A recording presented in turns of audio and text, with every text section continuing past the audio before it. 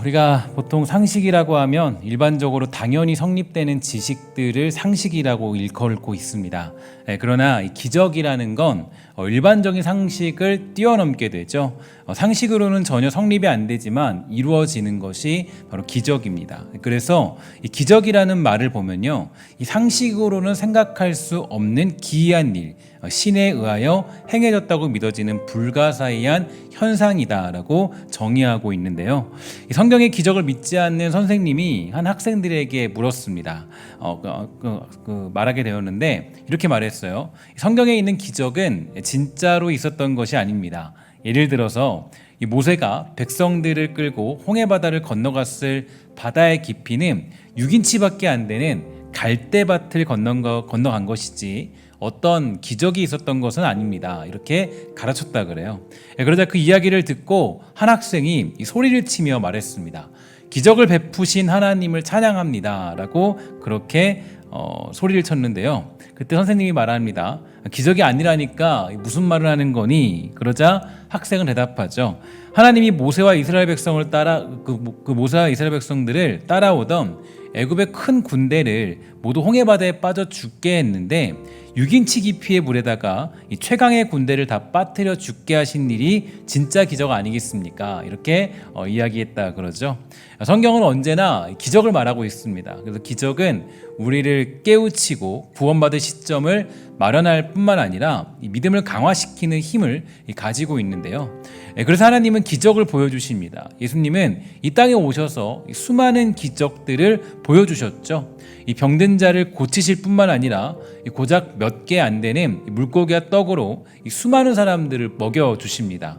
심지어 예수님은 죽어서 부패되기 시작한 나사로를 살려주셨죠. 죽음이라는 상식 종결, 거기서부터 그를 살려주신 것입니다. 그런 기적을 일으킬 수 있었던 이유는 바로 예수님 자체가 부활이시고 생명이시기 때문이겠죠.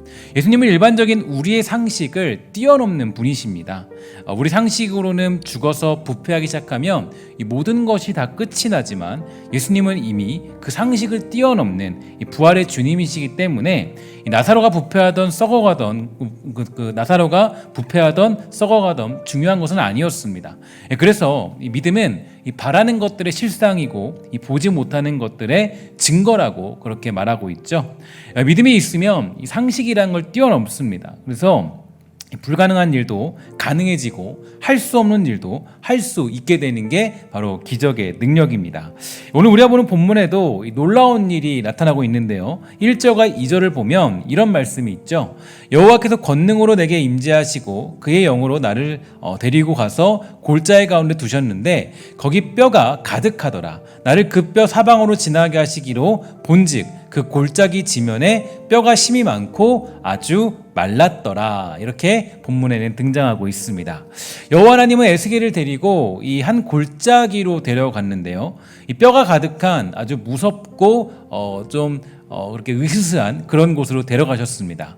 여기서 한 가지 강조되는 부분은요, 그 뼈가 매우 말랐다 이렇게 되어 있죠. 해골이 말랐다라는 것은 죽은 지가 오래되었음을 강조하는 것입니다. 이 말랐더라에 해당하는 야베쉬라는 원어는 마치 마른 지푸라기와 같다라는 의미를 가지고 있을 정도로 이 뼈에는 0.1%의 소망도 없는 그런 상황을 의미하는 것입니다. 그런데 하나님은 에스겔을 어디로 이끌어 가셨냐면 바로 그 가망 없는 곳으로 데려가셨습니다. 조금의 살도 남아있지 않고 어떠한 가망성도 보이지 않는 절망의 자리로 그를 인도하셨죠.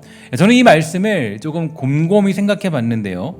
왜 하나님은 아무것도 보이지 않는 그런 절망의 자리로 이 에스겔을 인도하신 걸까요? 시대적인 배경으로 보면요, 현재 이스라엘 백성들은 그들의 죄악으로 인하여서 심판을 당한 상태에 있는데, 이 문제는 그들이 입은 재난과 상심의 폭이 너무 컸기 때문에 하나님이 보여주시는 이 회복에 대한 약속과 소망을 받아들일 수 없는 그런 상태였습니다.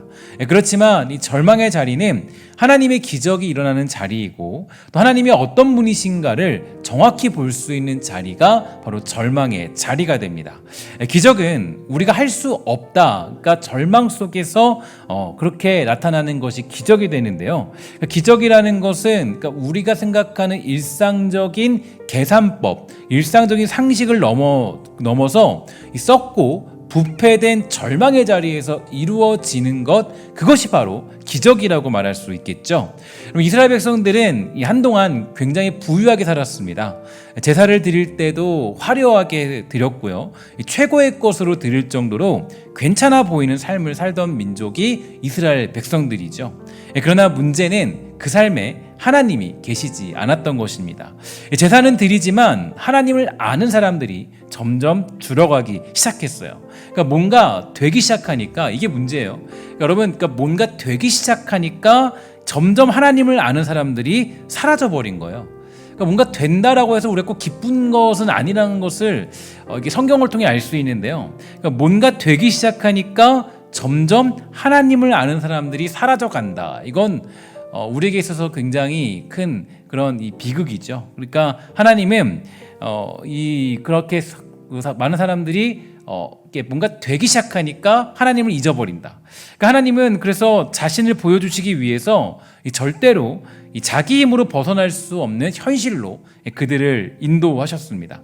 바로 하나님이 누군지를 알도록 하시기 위해서 하나님이 그들을 이제 어떤 자리로 몰고 가시는데요. 이에 대해서 오스왈드 챔버스는 이렇게 말해 주었죠. 하나님은 자신을 계시하기 위해서 우리를 위기 가운데 몰아가신다라고 우리에게 정의해 주고 있어요. 그러니까 하나님이 어떤 분인지 알 수 있는 가장 큰 방법은 우리가 위기 가운데 있는 거예요. 여러분들과 제가 위기 가운데 가고 있다면 몇 가지 이유들이 있어요. 그러니까 내가 위기를 맞이하고 있다라는 건 어떻게 말하면 우리가 교만해졌을 가능성도 굉장히 높고요.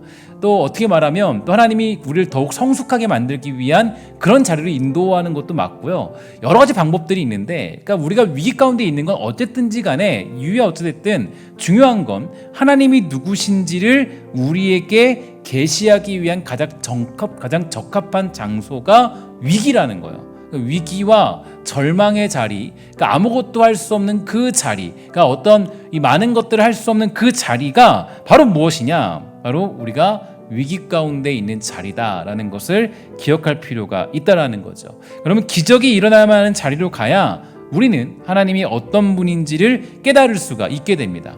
그러고 보면 인간이란 존재는 정말로 악한 존재죠.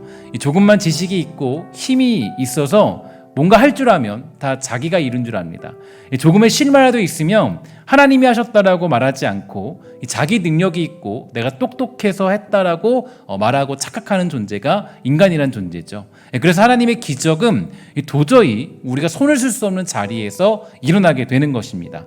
만약에 여러분 생각해 볼까요? 만약에 이 나사로가 숨이 넘어가자마자 예수님이 오셨다면 아마 그 옆에 있던 사람들은 이렇게 얘기했을 겁니다. 나사로가 죽은 것이 아니라 잠깐 숨을 멈췄다가 살아난 것이다. 이렇게 우겼을 거예요. 그래서 성경은 정확하게 못을 박죠.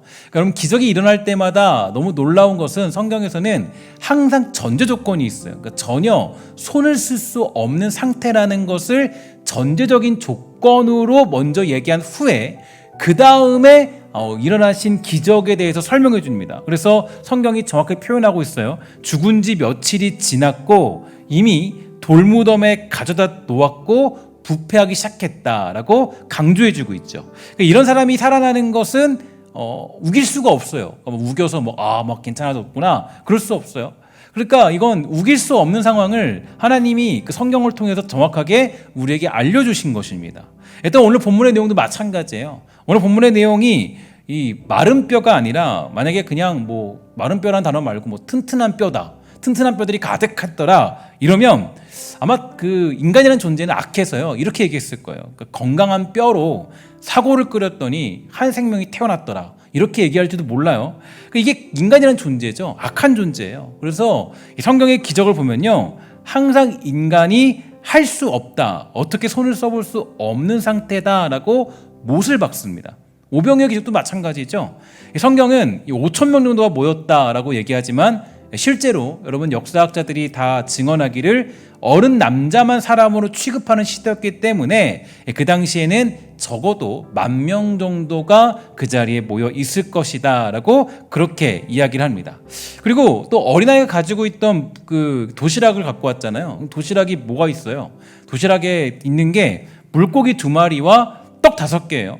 그러니까 여러분 이게 또 하나님은 멋진 분이세요. 그러니까 우리가 반박할 수 없도록 만들어요. 그러니까 만약에 이게 어린아이가 아니라 그 중에서 어떤 어른이 도시락을 갖고 왔다라고 해봅시다. 그러면 아마 역사학자들이나 사람이 이렇게 추측했을 거예요. 그 어른이 갖고 온 도시락에는 거대한 참치 2마리가 있었고 떡도 한 10단 케이크 정도 가지고 있었을 거다. 그러다 이걸 나눠 먹었을 거다. 아마 이렇게 우길 사람들이 인간이라는 존재죠. 그러니까 이게 어린아이로 이미 설정이 되어 있고 또 하나님이 그렇게 이미 어린아이를 통해서 오병이어의 기적을 허락하도록 계획하셨다라는 것은 우리가 반박할 수 없는 어떤 토를 달 수 없는 그런 상황을 하나님이 만들어 주신 거예요. 그러니까 여러분 이게 인간이 악한 존재라는 건 이렇게 해석하죠. 그러니까 예를 들어서 뭐 어린아이인데도 불구하고 사람들이 얘기하기를 이거를 이제 그 성만찬형식으로 먹었다. 그래서 10,000명이 전부 다 떡 먹을 때 이렇게 뭐 한 조각씩 아주 조금 떼서 먹었고 밥 한 톨씩 먹었다.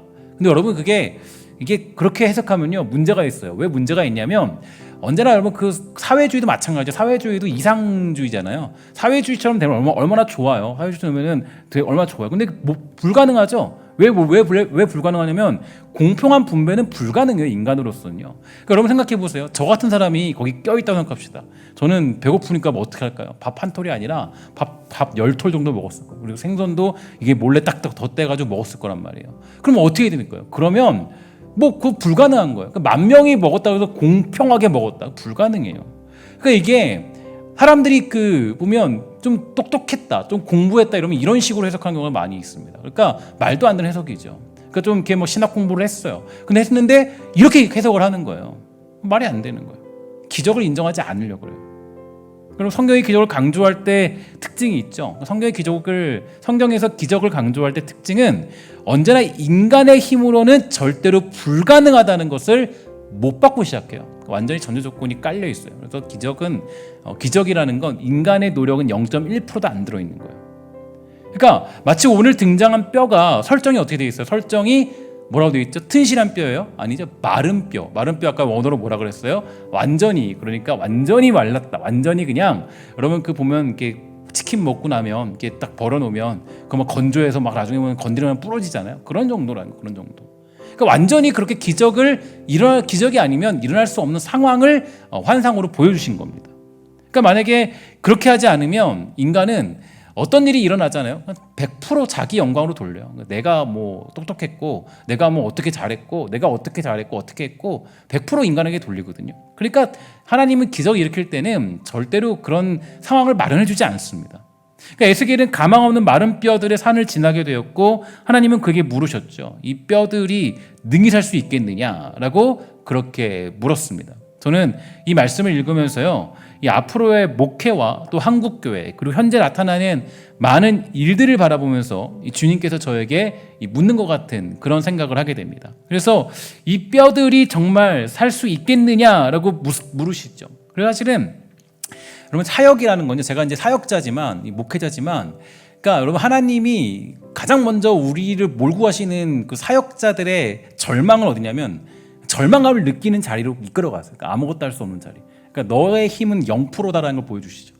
그러니까 그게 여러분 이거 사역자들만 느낄 수 있는 거예요. 그러니까 사역자만 느낄 수 있는 게 제가 예전에도 그런 거 많이 느꼈어요. 뭘 노력을 해도 어디를 가도요, 뭘 해도 이게 내 힘으로는 도저히 불가능하다는 걸 하나님이 아예 깔고 가세요. 아예. 그러니까 내가 뭐 하려고 그러면요, 그러니까 다 무너지는 거 다. 안 돼, 안 돼.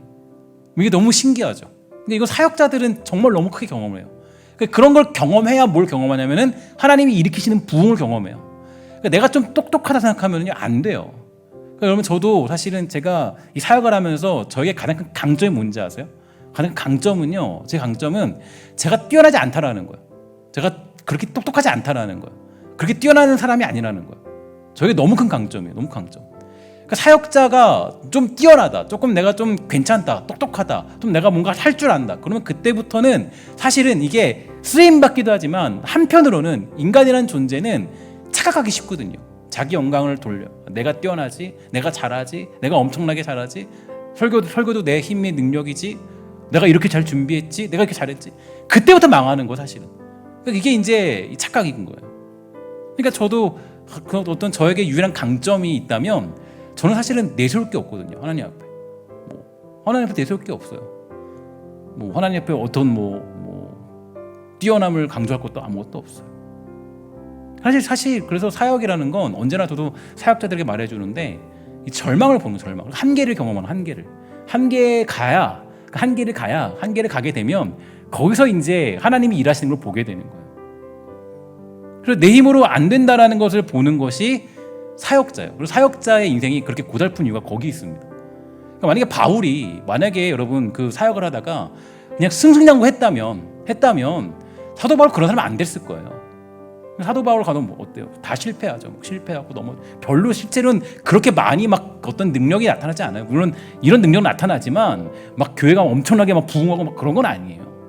그러니까 이 사도 바울도 보면 실패를 너무 많이 경험해요. 이런저런 실패를. 그러면서 뭘 느끼죠? 하나님이 하시는구나. 하나님이 알아서 하시는. 그러니까 마지막에 빌립보서 가서 뭐라 그래요? 어떻게 되나? 예수 그리스도만 증거되면 된다. 그러니까 거기에 목숨 걸고 살아가는 거예요. 그래서 절망 한가운데 있을 때 뭘 보냐면 하나님이 하시는 홍해의 기적을 볼 수 있게 되는 거죠. 종종 어떤 사람들은 이렇게 얘기해요. 교회에 문제가 많아서 전 떠나야겠습니다. 이런 사람들이 있죠. 저 사람이 변화되지 않으니까 교회를 떠나야겠어요. 그럼 물어야 돼요. 뭘 물어야 되냐? 당신은 도대체 뭘 믿고 있는 겁니까? 이걸 물어야 돼요. 여러분, 문제가 많아야 우리는 하나님을 기대할 수 있죠. 그러니까 문제가 많아야 기적이 일어나는 겁니다. 문제가 없으면 기적은 일어날 필요가 없어요. 그래서 문제를 보고 시험 들었다고 한다면 그건 그동안 하나님이 아니라 자신을 믿고 사는 사람들의 전형적인 모습이에요. 그러니까 나의 실력과 능력을 믿고 있으면 거기에 시험 들게 돼 있죠. 그럼 문제 앞에 섰을 때 하나님의 기적이 일어나게 되는 것입니다. 그런데 그런 기적이 일어나는 방법은 어디에 있냐면 바로 말씀에 있다라는 것을 성경은 얘기해 주고 있어요. 말씀을 선포할 때 우리는 이 기적을 경험하게 됩니다. 본문 4절이에요. 이렇게 얘기하죠. 또 내게 이르시되 너는 이 모든 뼈에게 대언하여 이르기를 너희 마른 뼈들아 여호와의 말씀을 들을지어다. 이렇게 선포해요. 그러니까 하나님이 직접 마른 뼈에게 명령할 수 있잖아요. 그렇게 하지 않더라고요. 잘 보면 다 대언을 해요. 대언을 하고 대언하고 또 대언하고, 하나님이 가르쳐주면 또 말하고 가르쳐주면 또 말하고. 그러니까 에스겔에게 하나님의 말씀을 대언하라 이렇게 얘기하죠. 7절에 보면 그 대언한 그 말씀으로 인하여서 뭐라고 등장해요? 이에 내가 명령을 따라 대언하니 대언할 때 소리가 나고 움직이며 이 뼈 저 뼈가 들어맞아 서로 연결되더라. 이렇게 얘기해주고 있습니다. 그러니까 에스겔은 하나님께 들은 말씀 그대로 선포했고 선포된 말씀은 기적을 일으킨 거예요. 예수님도 언제나 말씀으로 명령하셨고 그렇게 기적이 일어났어요. 우리들에게도 기적은 오직 말씀으로만 일어나게 되는 겁니다. 그러니까 말씀을 선포하고 말씀으로 하나 될 때 기적이 일어나게 되는 거예요. 그럼 말씀 없는 교회는 죽은 교회죠. 그래서 교회가 살아나기 위해서는 어쨌든 교회가 무엇으로 집중해야 되느냐? 말씀 중심이 되어야 돼요. 모임 중에 말씀이 있어야 되고 말씀에 대한 갈망을 가지고 있어야 돼요. 우리는 사적인 모임 가지기 위해서 모이는 게 아니에요. 가서 만나서 그냥 등산이나 가고 저기 밥이나 먹으러 그런 게 아니에요. 우리 교회의 가장 큰 특징은 하나님 말씀이 뭔가, 그 말씀에 대해서 나누고 말씀을 어떻게 살았는가, 이거를 나누기 위해서인 거예요. 물론 어느 친교도 중요하죠. 그러나 결국에는 그 친교를 통해서 뭐 해가는 거예요? 하나님 말씀이 어디에 있는지를 상고해보는 자리로 가게 되는 거예요. 그래서 말씀으로 모이는 공동체는 이 뼈 저 뼈들이 들어맞아 뼈끼리 이어지는 엄청난 일이 벌어지는 겁니다. 교회는 사람이 모인 공동체죠. 이거 다 인정해요. 사람 다 모이죠. 조직이 필요해요. 체계가 필요해요. 그러나 교회는 일반적인 회사와는 다른 중심의 조직이 필요합니다. 교회는 어떻게 하면 말씀에 더욱 집중할 수 있을까? 어떻게 하면 예배를 통해서 하나님 말씀을 거룩하게 선포할 수 있을까? 어떻게 하면 목회자와 성도가 말씀으로 하나 되는 공동체가 될 수 있을까? 여기에 대해 집중해야 돼요. 그렇지 않으면 교회는 그냥 사적인 집단이 될 수밖에 없어요. 우리 머리 굴려서 존재하는 교회 아니죠. 교회는 말씀 중심으로 그 기적을 사모하는 곳이 교회 공동체예요. 에스겔이 말씀을 대원하니까 놀라운 일이 벌어졌어요. 쉬운 성경으로 7절을 보면 이렇게 해석합니다. 그래서 나는 명령대로 대언했다. 내가 예언을 할 때 덜컹거리는 소리가 들렸고 뼈들이 서로 한데 모이더니 뼈끼리 이어졌다. 이렇게 얘기해요. 이게 그러니까 자기 실력은 아니죠. 그러나 하나님 말씀을 선포하는 능력으로 말미암아 엄청난 은혜의 광경을 보게 된 것입니다. 그래서 우리 교회도 말씀으로 세워져야 되고 말씀 중심이 되어야 됩니다. 신성교회 제가 예전에도 신성교회에서 연구하고 생각해 보면서 이 신성교회의 가장 큰 문제점이 어디 있냐면 사실은 교육 생태계가 없다라는 겁니다. 별로 교육적 생태계가 잘 구성이 안 돼 있었어요. 교회 제가 솔직히 말씀드리면 약점이에요. 약점. 교육적 생태계가 굉장히 부족하죠. 그러니까 하나님 말씀에 그동안의 교육 생태계가 굉장히 부족했어요. 그래서 제가 그때부터 연구하고 생각했던 것이 원포인트 통합교육, 함께 말씀 안에서 말씀 중심으로 세워지는 교회. 이게 아니면 우리는 사적 집단밖에 되지 않거든요. 그러니까 교회는 어쨌든 간에 말씀 중심으로 모일 수밖에 없어요. 그래서 교사들이 말씀을 가르치고 내가 말씀을 그럼 그동안은 제가 이제 생각해봤지만 왜 그걸 강조했냐면 그동안 이 교육부서에서 가장 큰 단점이 어디 있었냐. 그냥 일주일 동안 그냥 막 살다가 그냥 교사들이 모여서 가르칠 때는 공과 한번 보고 끝나는 거예요. 그걸로 안 되죠. 그걸로 무슨 능력이 나타나요? 안 나타나죠. 일주일 동안 뭐 해야 돼요? 일주일 동안 하나님 말씀 묵상하고 그래야 뭘 할 수 있어요. 애들 가르칠 수 있잖아요. 원래는. 지금 물론 코로나 시대라서 이게 불가능하게 됐고 어렵게 됐지만 정말 어렵게 됐지만 그러니까 내가 느끼고 깨달은 것을 교사들이 사실 이제 교사들도 이제 이걸 말씀을 듣는 분들이 계시다면 잘 기억하셔요. 제가 이걸 왜 했는지 기억 잘 하셔야 돼요. 여러분들의 교사들의 책임이나 그런 방향은 내가 말씀을 묵상하면서 깨달은 게 있으면 주중에도 가르쳐 줘야 되는 거예요. 아이들에게. 그동안 일주일 동안 묵상해서 그걸 가지고 그 아이들과 씨름하는 거예요. 그게 제가 이 교육, 원포인트 통합 교육을 하고자 하는 목표예요. 목표. 그래서 큐티가 중요하고 묵상이 중요하다고 말씀드린 거예요. 그렇게 양육되지 않으면요 기적이 일어날 수가 없어요. 우리 힘으로 일어나는 게 아니거든요. 그러니까 이것이 제가 양육이라고 하죠. 양육. 여러분 교회는 양육하는 곳이 돼야 돼요. 그럼 제가 예전에 한번 그런 설명을 한번 드렸죠. 기억나실지 모르겠지만 제가 언젠가 에스더서를 묵상하면서요. 에스더서는 보면 사실 하나님에 대한 그런 내용이 하나도 안 나오죠. 근데 보면 누구나 다 알고 있어요. 하나님의 기적이 일어났다는 걸. 누굴 통해서 일어났습니까? 에스더죠. 그죠, 에스더죠. 그런데 제가 그때도 에스더를 가지고 예전에 한번 새벽 기도를 인도한 적이 있었는데 그 에스더를 보면서 에스더가 그렇게 할 수 있었던 이유가 뭔지 아십니까? 모르드게 때문에 모르드게가 뭐 했어요? 모르드게가 보면 에스더를 양육했다 그래요.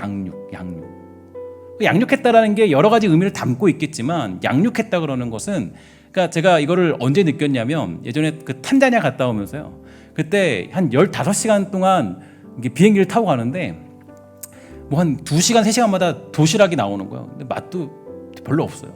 막 계속 그거 나오는데 먹고 무슨 맛인지 모르고 먹어요, 그냥.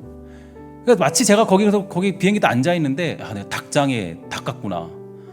뭐 닭장의 닭은 뭐예요? 승무원들이 뭐 저를 사랑하기래요. 아니면 저에게 뭐 어떤 진심을 나눠주기래요. 뭐 직접 만들어가지고 이거 집밥이다 이렇게 주기래요. 안 그렇죠? 너 그냥 죽지 않고 그냥 15시간 뒤에 탄자니아에서 보자. 먹여주는 거죠. 이거 사육이에요, 사육. 그러니까 거기서는 양육이 아니라 사육시켜주는 거. 거기에 뭐가 있어요? 사육시켜주는 거. 그러니까 여러분 교회도 마찬가지예요. 교회도 사육이 되면 그때부터는 거기에 뭔가 소망이 없는 거. 사육이 되면. 그러니까 여러분 이제 앞으로 이제 돌아오는 주일에 토요일 주일에 우리 유소년부, 유아부, 유치부 하잖아요. 온라인으로 하잖아요. 그거 사육식으로 수련을 준비하면 아무 의미 없어요. 그건 아무 의미 없다고요. 뭐가 필요하면 양육이 필요해요. 양육이. 진심이 필요한 거예요. 진심. 그 아이들이 어떻게 하면 말씀 먹일 수 있고 어떻게 하면은 그 말씀으로 그 아이들을 먹일 수 있는가 이거 생각하고 살아야 돼요. 이게 교사들의 모습이라고요. 앞으로 우리가 이제 섬김이 도우미도 마찬가지고 그게 가장 중심이에요. 말씀으로 어떻게 먹일까. 그게 양육이에요. 양육. 그래서 제가 이렇게 설명해 드릴게요. 교회는 사람들을 사육하기 위해 모인 것이 아니라 사육은 시간에 따라 먹이면 되지만 양육은 훈련을 시켜서 군대로 만드는 것을 의미하는 겁니다. 무슨 얘기인지 알겠죠? 양육과 사육의 다른 점. 교회가 사육시키려고 하면 안 돼요. 사육시키면 뭐 예를 들어서 뭐 닭들은 늘어날 수 있어요. 닭들은. 근데 에스더 같은 사람이 안 나타난다고요. 이거를 기억하셔야 돼요. 그러니까 사육하면 그때부터는 에스더 같은 사람이 볼 수 없어요. 그냥 일이 생기면 그냥 다 흩어지는 거예요, 그냥. 근데 에스더 어때요? 결국 거기서 모르드게 얘기 듣고 얘기하잖아요. 모르드게가 야, 너 때가 아니라도 다음에 하나님 일할 거야. 너가 지금 안 하면 나는 걱정 안 해. 네가 선택하던 마음대로 알아서 해라. 그때 에스더가 어때요? 딱 깨우쳐서 금식하면서 기도하고 딱 가잖아요. 그게 뭐 어떤 사람이 양육받은 사람이에요. 양육받은 사람 특징. 하나님 말씀으로. 그러니까 사실 저의 목적, 제가 담임 목사라서 목적, 여러분들 양육시키는 거, 하나님 말씀을 가르치는 거, 그 말씀으로 에스더 같은 사람 한 명 키우는 거, 이게 가장 큰 목표가 되는 거예요. 사육해서 그냥 뭐 모이나 주고 사람들 그냥 많이 모이고 이런 건 아니에요. 그래서 우리는 결국 군대로 양육을 시키는 겁니다. 군대로. 그래서 교육부서 우리가 이제 앞으로 수련을 두고 있는데 이거 사육식으로 하면 다 망합니다. 아무 쓸모 없어요. 뭐가 있어야 돼요? 교사들의 진심이 있어야 되고 사역자들의 진심이 담겨 있어야 되고 울며 눈물을 흘리며 뿌리는 작업이 있어야 돼요. 그러니까 여러분 수련회는 사실 선생님들의 눈물에 있습니다. 눈물이 없으면 불가능하죠. 제가 그래서 예전에 다태세 할 때도요. 그 다태세 그 청소년 캠프 할 때도 이 가장 신경 썼던 부서가 어디였냐면 그때도 교육부서였어요. 교육부. 찬양팀 뭐 다 중요하지만 교육부. 그 당시에 교육부 있었거든요. 선생님들이 한 명씩 다 따라다니면서. 그러면 그 친구들은 제가 얘기했어요. 너희들은 계속 울면서 기도해 주는 게 너희들 할 일이다. 그거 없으면 변화가 안 돼요. 하나님의 기적이 일어나지 않아요. 그래서 이게 우리가 기억해야 될 모습들이죠. 제가 그래서 돌아오는 우리 토요일, 주일에 우리 열심히 준비하고 계신데 무엇보다 그게 더 필요한 거예요. 좀 실수해도 괜찮아요. 좀 프로그램 별려도 괜찮아요. 사실 그 프로그램이 그게 프로그램이 사람 변화시킵니까? 아니죠. 우리 눈물이 변화시킨 거예요. 우리 눈물이. 그러니까 그럼 사역자들이 눈물 말라버리면 그때부터 사역자의 인생이 굉장히 고달퍼지는 겁니다. 사역자들은. 그래서 여러분 우리가 이런 어떤 그 교회에 가장 중요한 것이 무엇인가를 깨닫는 건 너무 중요한 얘기예요. 특별히 저는 오늘 말씀을 묵상하면서 잊어버렸던 단어 하나가 떠올랐는데요. 그건 바로 그 오늘 말씀 제목처럼 기적이라는 단어입니다. 기적. 머리가 커지고 이상이 커지고 자기 실력이 높아지고 똑똑해지면 가장 쉽게 잊어버리는 단어가 기적이에요. 눈물로 사람 변화시키는 기적이죠. 그렇죠? 설득시켜서 변화시킨 게 아니에요. 그래서 어떤 책에 보면요 이렇게 얘기했어요. 그 사람이 제가 너무나도 참 멋진 책인데 그 책을 읽으면 그래요. 사람을 설득시키는 순간부터 복음이 변질됐다. 너무 멋있는 단어 아니에요? 문장 아니에요? 설득으로 사람 변화되지 않아요. 제가 그래서 천상유수로 굉장히 좋은 말을 해보세요. 변화되나? 안 돼요. 뭐가 변화되냐? 눈물이 있을 때 거기에. 그래서 그 기적이에요. 기적. 눈물로 변화되면 기적되는 거. 기적. 그래서 여러분 기독교의 본질은 기적이라는 단어에 있는 겁니다. 사실. 그러니까 가장 큰 기적은 무엇보다 저와 여러분들이 구원받은 게 기적이겠죠. 그래서 예수 그리스도의 십자가의 보혈로 말미암아 구원받은 것 기적이죠. 우린 뭐라 그래요? 에베소서 뭐라 그래요? 죽었던 너희를 살렸다. 기적이요, 기적. 기적이 성립이 안 되면 이거 잊어버리면 우리는 이미 구원받지 못해요. 이미. 그래서 예수님이 죽으시고 부활하신 거 기적이죠. 기적이에요, 기적. 기적은 우리가 잊지 말아야 될 단어고 기독교는 기적이 곧 우리의 일상이 되는 겁니다. 그래서 하나님께서 일하시면 마른 뼈도 살아나는구나 라는 믿음 가지고 사는 거예요. 가정에 문제 있는 분들 많이 있죠. 가정 능력이 문제 있는 분들 많이 있는데 문제 있으면 그 가정에 기적이 일어날 수 있는 찬스가 되는 거예요. 찬스가. 가망이 없는 곳에 말씀을 쏟아지고 세워지면 바로 그곳에 기적이 일어나는 것입니다. 그러니까 우리가 계속적으로 이 가정에서 이 가망이 없다 그러면 거기서 계속 말씀으로 선포하고 말씀으로 양육하고 말씀으로 기도하고 그런 작업이 필요해요. 사업장도 마찬가지예요. 위험이 찾아오면 절망 중에 기적을 바라면서 말씀으로 세우는 것입니다. 교회도 마찬가지죠. 교회도 머리가 커지고 신앙의 연수가 깊어지면 하나님의 기적 기대하지 않습니다. 여러분, 오래된 교회일수록 가장 큰 문제점이 어딘지 아십니까? 그 문제점은 하나님의 기적은 기대하지 않아요. 그냥 경험이 있고 또 계획이 있고 기적 별로 바라지도 않아요. 그냥 조용조용히 유지되면 좋겠다. 이게 여러분 가장 큰 문제점이죠. 그래서 신앙이 오래되면 오래될수록 어떤 부작용이 있느냐? 하나님의 기적이라는 단어를 상실해버리는 거예요. 하나님의 능력을 기대하는 뜨거운 심장의 고동 소리를 들을 수 없습니다. 이건 여러분 너무나도 우리에게 안타까운 얘기죠. 그러니까 기적을 사모하는 교회, 그 교회가 사실 쌩쌩한 거예요. 쌩쌩한 교회. 정말 그렇다고 뭐 신비하고 막 그런 것들만 바라는 게 아니라 하나님의 그 기적을 사모하는, 능력을 사모하는 거. 제가 굉장히 자주 사용하는 단어들이 있고 문장들이 있는데 가장 설교할 때도 한때 정말 많이 했던 저에게 있는 또 뭐랄까 슬로건이라고 할까, 저에게 있는 가장 중요한 문장 중에 하나예요. 계산하며 살지 말자. 계산하며 하나님 앞에 계산하며 살지 말자. 그러니까 하나님께는 계산하는 법이 없어야 돼요. 주의 일을 할 때는 뭐 체력 안배하고 뭐 돈 안배하고 뭐 이런 상황 저런 상황 계산하고 뭐 이렇게 하면 될까 저렇게 그러면 망하는 겁니다. 그 길로. 기적을 경험하지 못하고 자기 능력으로 하다가 지쳐 쓰러지는 거예요. 지쳐 쓰러지는 이유가 보면 대부분이 다 계산한 사람들. 우리 하나님께 계산할 습관 다 버려야죠. 그럼 모세가 계산했다면 홍해를 건널 수 있을까요? 홍해 어떻게 건너요? 못 건너죠. 계산하면 땅 점령, 가나안 땅 점령 불가능해요.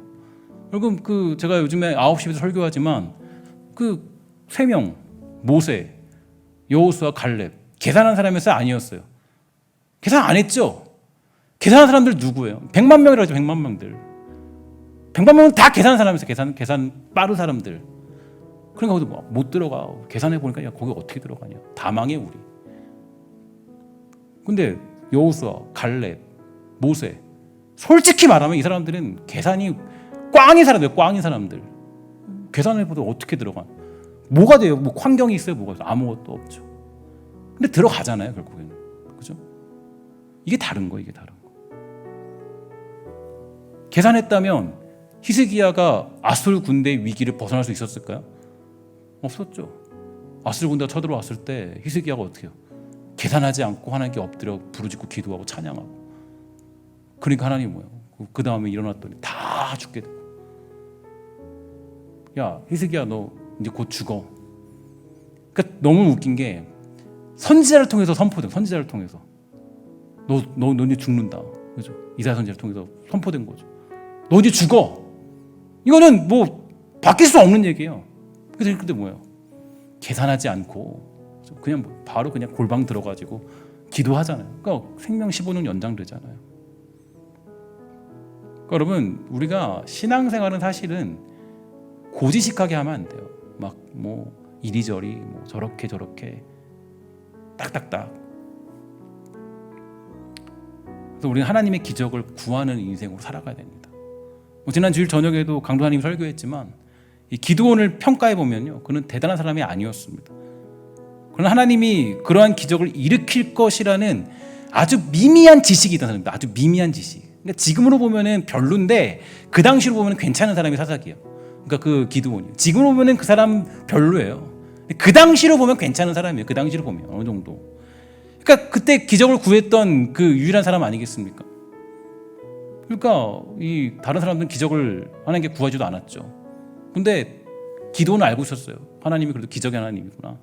그러니까 뭐야, 하나님께 기적이 있나 없나 그것도 의심하면서 물어보잖아요. 의심하면서. 그러니까 그 당시에 사사기의 믿음은 완전히 꽝이었어요. 꽝. 그래서 제가 말씀드렸지만 그 욥기 여러분 기억하시면 욥기 해석할 때 욥기가 두 가지 전통이 있는데 첫 번째 전통은 창세기 때 만들어진 거다. 두 번째 전통은 사사기 때 만들어진 거다. 배경이. 그러니까 굉장히 믿음이 미미한 상태에서 욥이 의롭다고 칭함받은 사람이다라고 사사기로 보면 해석할 수 있는 거예요. 그러니까 굉장히 미미한 사람이었는데 그래도 하나님이 기적의 하나님이라는 걸 알고 있었어요. 그러니까 기적을 요구하게 된 겁니다. 그런데 여러분 요즘 잘 보세요. 그 미미했던 기드온을 보면서 여러분 어떻게 생각하십니까? 우리는 기드온만큼 하는지 봐야 돼요. 기드온은 그래도 기적을 다 구했지. 신앙생활 하면서 그래도 여러분 우리 기적 구하고 있습니까? 하나님께 정말? 제가 정말 이 말씀을 준비하면서 저 자신에도 물어봤어요. 야, 너 정말 기적을 구하고 있냐? 머릿속으로 계산하고 굴리고 있냐? 그러니까 제가 이거 보면서 너무 저도 깜짝 놀라는 게 저도 마찬가지예요. 저도 마찬가지예요. 기드온이 겁쟁이네, 뭐 어쩌네, 저러네 다 얘기하지만 사실 우리 보니까 기적 바라지도 않아요. 하나님 앞에. 기적 바라는 사람 바란다면 기도하러 나오겠죠. 기도하죠. 울부짖겠죠. 기도하겠죠. 뭐. 눈물 펑펑 흘리겠죠. 근데 안 그러잖아요. 요즘 시대가. 그래서 여러분 우리가 이 기적을 기대하는 인생은 이게 믿음의 인생의 반증이에요. 반증. 그래서 여러분 그 절망 중에 기적을 기대하는 믿음의 사람이 다 되시기를 주의 이름으로 간절히 부탁을 드리겠습니다. 그런데 하나님은 여기서 멈추지 않죠. 한 가지를 더 명령해요. 8절과 9절이 이렇게 되어 있습니다. 내가 또 보니 그 뼈에 힘줄이 생기고 살이 오르며 그 위에 가죽이 덮이나 그 속에 생기는 없더라. 또 내게 이르시되 인자야 너는 생기를 향하여 대언하라.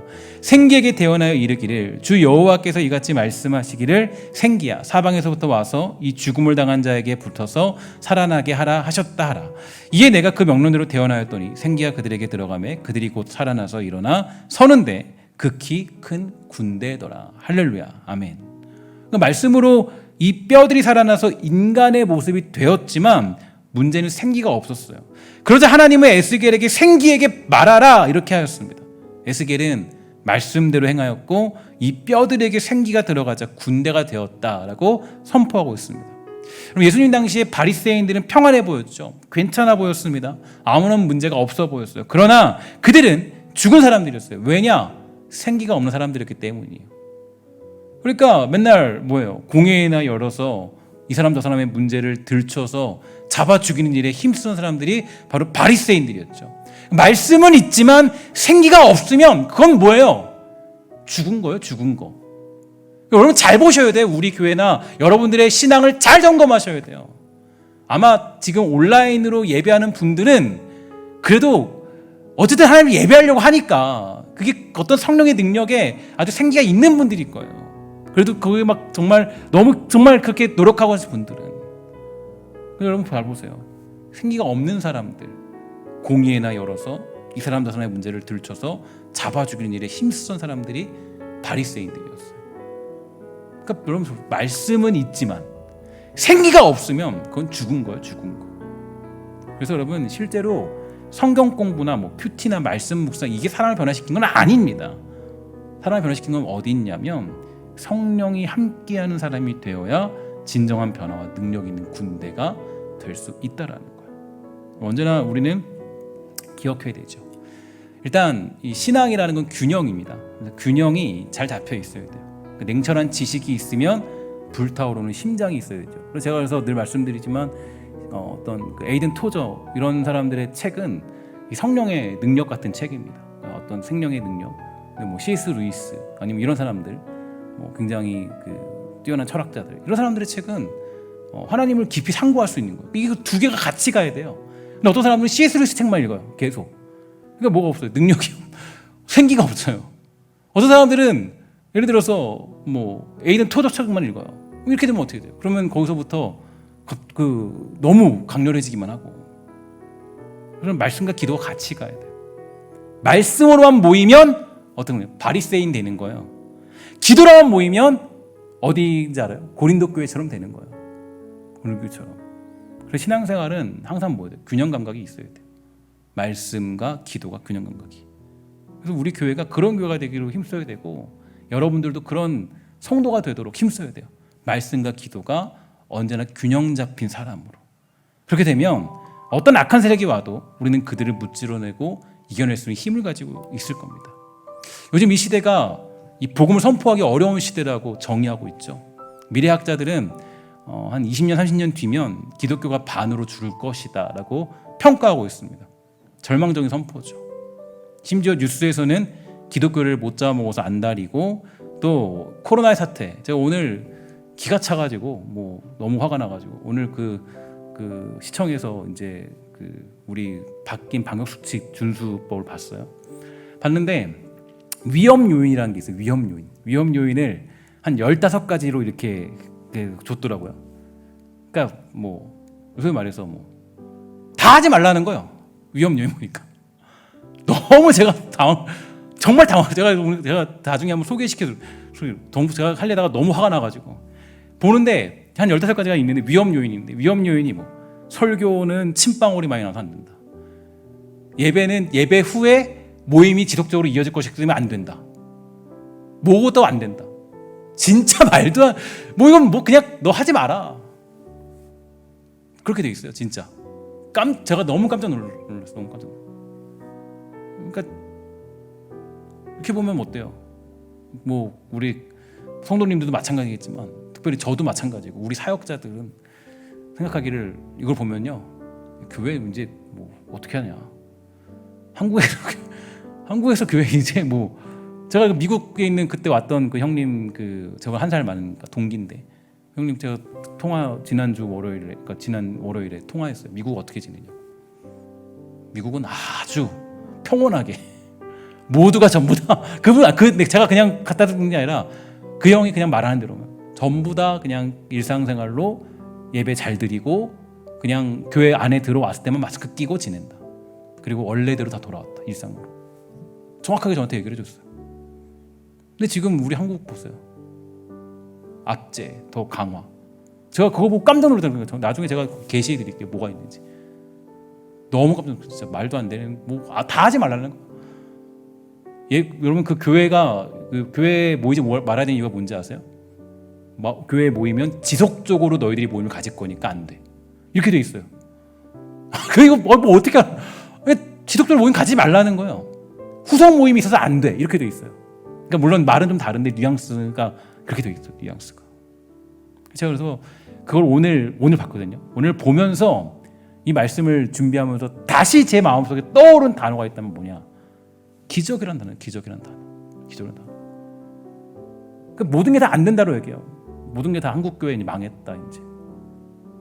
한국교회 여러분 뭐가 있습니까 지금? 계산해 보세요. 그럼 이 상황에서 뭐가 있어요? 지금 뒤에 없죠. 미래 없어요. 계산해 보면 하나도 없어요. 근데 여러분, 이때 여러분과 제가 잊지 말아야 될 단어가 있습니다. 기적이죠, 기적. 이때 생각해야 될 단어가 기적이라고. 저는 모르겠어요. 저는 아까도 말씀드렸지만 저는 뛰어난 게 없어요. 잘난 것도 없고, 저는 뭐 가진 것도 없고, 뭐 소위 말해서 뭐 목회자 자녀도 아니고, 똑똑하지도 않고. 근데 제가 뭐가 있었냐면 이상한 믿음이 있었어요. 어떤 믿음이냐면, 이 교회 그때 그 신학교 다닐 때 영성 훈련을 했거든요. 했는데 그때 강사분이 와서 그렇게 얘기했어요. 여러분들 준비 철저히 하세요. 어떤 준비요? 준비해야 될 이유는 30년 뒤면 한국 교회는 없어질 겁니다. 이렇게 정확하게 얘기해 줬어요. 저희한테. 없어질 거예요. 근데 제가 그때 저는 모르겠어요. 제 마음속에 어떤 마음이 들었냐면 이런 마음이 들었어요. 두고 봐라. 하나님이 일하신다. 하나님의 기적은 마른 뼈에서 일어나는 거예요. 마른 뼈에서. 튼튼한 뼈가 아니라. 그러니까 제가 사실 저는 그냥 이 말씀을 묵상하고 또 생각해 봤을 때, 하나님이 우리 한국교회를 어디까지 몰고 가실까 생각해 보면, 사실 제가 그냥 조심히 추측하는 바는 마른 뼈까지 가게 만들었을 것 같아요. 내가 봤을 때. 왜냐, 가야 뭐라니까. 하나님이 누구신지 그때 보거든요. 그때. 마른 뼈가 아니면 어떻게 돼요? 마른 뼈가 아니면 내가 사골 끓여서 사람 살려놨어요. 이렇게 하겠죠. 근데 마른 뼈까지 가야 이제 한국교회가 그때 가서야, 야, 우리 하나님 기적의 하나님이었구나. 홍해의 기적을 가른 하나님이었구나. 그때 가서 알게 됩니다. 그때 가서. 그래서 우리가 이 마른 뼈를 살리는 하나님의 기적의 하나님을 만나는 건 너무 중요합니다. 여러분, 사탄이라는 존재는 절망으로 우리를 보내면 우리가 끝날 것처럼 생각을 해요. 그래서 여러분 절망으로 보내죠. 예수님도 어떻게 됐어요? 예수님도 절망의 끝, 죽음, 그 자리에 갔잖아요. 거기서 부활이 일어났어. 부활이. 기적이라고요, 모든 게. 근데 보니까 앞에 있는 저도 목회자든 뭐 성도든 한국교회가 하나님의 기적을 상실해버린 그런 상태로 살고 있다는 겁니다. 여러분, 그래서 여러분 기억하셔야 돼요. 저 코로나 시대를 통해서 여러분과 제가 회복해야 될 단어, 기적이라는 단어, 기적. 이게 슬기로운 믿음 생활이에요. 기적이라는 단어를 회복하면 돼요. 기적이라는 단어. 여러분, 우리 정말 어찌 보면 이 시간을 조용히 묵상하면서 보낼 수 있는데, 그죠? 조용히 그냥 묵상을 보낼 수 있는데, 그 묵상하는 가운데 여러분들이 만나야 될 하나님은 우리의 상식을 뛰어넘어서 일하시는 기적의 하나님을 우리가 찬양하고 영광하는 그 골방으로 여러분들의 신앙의 자리를 삼으셔야 됩니다. 그러면 우린 미래 없어요. 그죠? 여러분, 이때 이 기적의 단어를 다시 한번 새기시고 우리 성도들이 다시 한번 기적의 하나님을 만나게 되는 은혜가 있게 되기를 주의 이름으로 간절히 부탁을 드리겠습니다. 말씀 정리합니다. 오늘 슬기로운 믿음 생활하는 방법, 기적이라는 그런 두 단어인데요. 첫 번째로 이 기적이라는 단어, 자, 기적을 일으키신 성경의 사건들을 먼저 살펴보는 겁니다. 살펴보세요. 여러분과 그냥 성경 묵상하지 마시고 하나님이 어떻게 기적을 일으키셨는가. 여러분, 너무 재밌는 게 이걸 제가 왜 보라 그러냐면 하나님이요, 그 이스라엘 백성들을 회복시키실 때 가장 그 이스라엘 선지자나 이런 사람들을 통해서 뭘 하시냐면, 야, 내가 어떤 하나님인지 아니? 하면서 다 설명을 해줘요. 하나씩 다 가져다 보여줘요. 모세의 기적부터 다 끌고 와가지고 하나님이 다 상기시켜줘요. 그러니까 여러분, 그 성경을 통해서 기적의 하나님을 찾아보는 건 중요하겠죠. 찾아보세요, 먼저. 두 번째, 기적을 구하면서 성령의 역사를 기대하는 하루를 살아가십시오. 그죠? 이렇게 필요한 거예요. 세 번째, 기적은 말씀과 기도의 균형이에요. 그러니까 말씀과 기도를 생활해야 돼요. 이게 없으면 기적이 일어날 수가 없어요. 말씀과 기도를 생활하는 거. 말씀과 기도를 매일같이 생활하는 삶으로 살아간다면 하나님의 기적이 임하게 되는 놀라운 역사가 일어나게 될 것입니다. 사랑하는 우리 주의 백성들 모두가 그래서 이 코로나 시대를 보낼 때 여러분, 기적이라는 단어, 이 두 가지, 이 단어 하나가 여러분 마음속에, 영혼 속에 깊이 각인돼서 우리 코로나가 끝났을 때 그때 우리 마른 뼈가 살아나는 기적들을 사모하고 그것을 위해 울부짖으며 기도하고 눈물을 흘리며 씨를 뿌리는 그러한 거룩한 믿음의 사람 다 되시기를 주의 이름으로 간절히 부탁을 드리겠습니다. 잠깐 우리 기도하도록 하겠습니다. 하나님, 감사합니다. 사랑하는 주의 백성들 모두가 이 땅 살아갈 때 하나님의 기적을 잊어버릴 때가 많이 있습니다. 주님, 축복하여 주셔서 우리가 혹시라도 너무나도 똑똑해지지 않았습니까? 너무 우리가 계산법이 빨라지지 않았습니까? 신앙생활 좀 오래 하다가 보니까 하나님이 어떤 분인지 다 잊어버려서 하나님이 기적의 하나님이라는 것을 잊어버리고 하나님의 능력을 사모하지 않는 그런 삶으로 살아가고 있는지 모르겠습니다. 하나님, 앞에 있는 저부터 목회자라고 또 하나님 좀 알고 있다고 하나님 정말 그것으로 계산하며 살아가고 있다면 저를 용서해 주시고, 하나님, 우리가 정말 우리의 힘으로는 감히 말할 수 없고 표현할 수 없는 하나님의 일하심과 그 기적의 능력을 사모하고 또 그 일들이 당연한 사실로 우리에게 이루어지고 있음을 선포하며 기대하는 주의 백성 될 수 있도록 주님 지켜 주시옵소서. 각자의 골방에서 있다 할지라도 우리의 직접적인 능력이 정말 높아지되 정말 거기서 하나님의 기적의 그 놀라운 은혜들을 다시 한번 사모하며 기적이라는 두 단어가 정말 우리 영혼 속에 깊이 각인될 수 있도록 주님 허락하여 주시옵소서. 이제는 주 예수 그리스도의 은혜와 하나님의 사랑과 성령의 교통하심이 우리 힘들게 예배하고 또 하나님을 사모하는 모든 백성들 모두에게 영원히 있을지어다. 아멘.